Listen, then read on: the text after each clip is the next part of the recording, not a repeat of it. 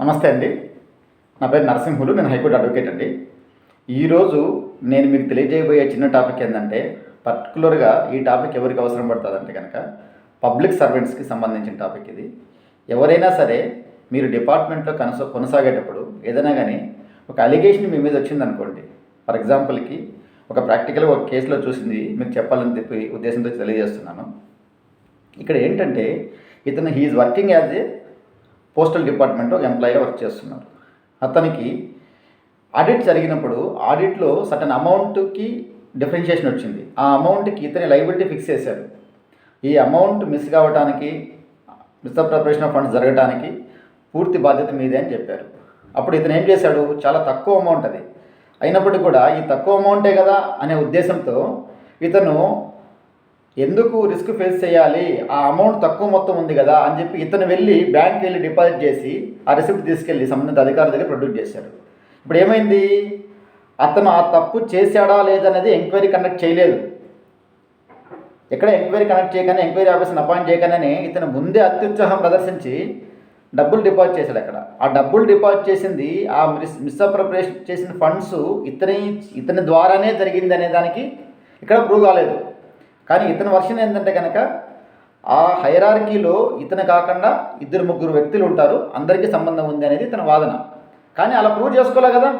ఇతను వాలంటరీగా వెళ్ళి ముందే డబ్బులు డిపాజిట్ చేయడం వల్ల ఏమైంది, ఫస్ట్ డిపాజిట్ చేశాడు, ఏదో లబ్ధి పొందొచ్చు అధికారులు చెప్పారు కదా, సర్వీస్ డిపార్ట్మెంట్లో ఎంక్వైరీ లేకుండా పోతుంది, లేకుండా ఇంకోటి లేకుండా పోతుంది అనే ఉద్దేశంతో ఏదో చేశారు. కానీ బై ఫోర్స్ కొద్ది రోజుల తర్వాత వీఆర్ఎస్ తీసుకోవాల్సి వచ్చింది. వీఆర్ఎస్ తీసుకునేసాడు.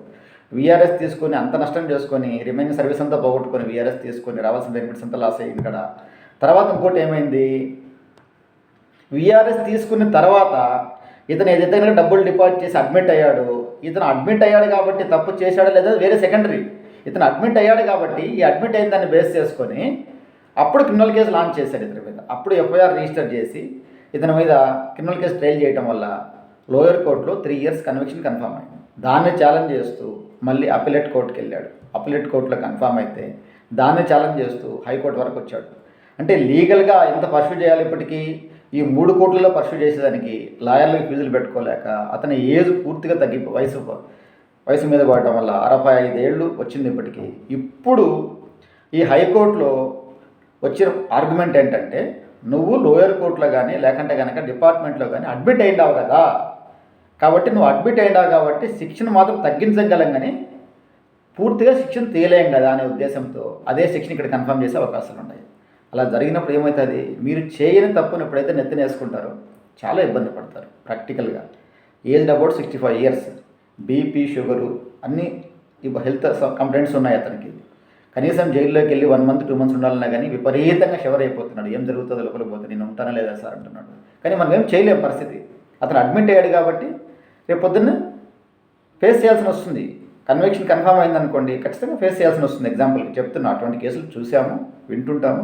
కాబట్టి మీరు చెయ్యని నేరాలు ఎప్పుడూ మింద వేసుకోవద్దు. మీరు చెయ్యని నేరాలు మింద వేసుకుంటే కనుక అడ్మిటెడ్ ఫ్యాక్ట్ కాబట్టి రేపు పొద్దున్నే మీరే కన్విక్షన్కి ఇన్వైట్ చేసినట్టు అవుతుంది. ఫర్ ఎగ్జాంపుల్ చిన్న బాధాకరమైన విషయం ఏంటంటే, మనం చూస్తుంటాం 100 కోట్లు కానీ 1000 కోట్లు కానీ స్కామ్ జరిగినట్టు ఎన్నో ఉంటాయి. అటువంటి వాళ్ళు ఎవ్వరూ వాలంటరీగా ముందుకు వచ్చి మేము చేసామని చెప్పి ఒప్పుకొని I'm the liable person so and so, నేను దీనికి లైబిలిటీ నేనే అని చెప్పి ఎవరు ఒప్పుకోరు కదా. అట్లని చెప్పి నేను ఒప్పుకోవద్దని చెప్పట్లేదు. నేరం చేసినప్పుడు ఒప్పుకోండి, నేరం మీరు చేస్తే ఒప్పుకోండి, చెయ్యని నేరాన్ని నెత్తిన వేసుకోవద్దని చెప్తున్నాను. దాంట్లో ఏది మంచి విషయము, ఏది మీకు అవసరమైంది, ఏది అవసరం లేదని తెలుసుకొని మెలుగుతారని చెప్పి మీకు ఈ విషయం తెలియజేస్తున్నాను. నమస్కారం అండి, ఉంటానండి.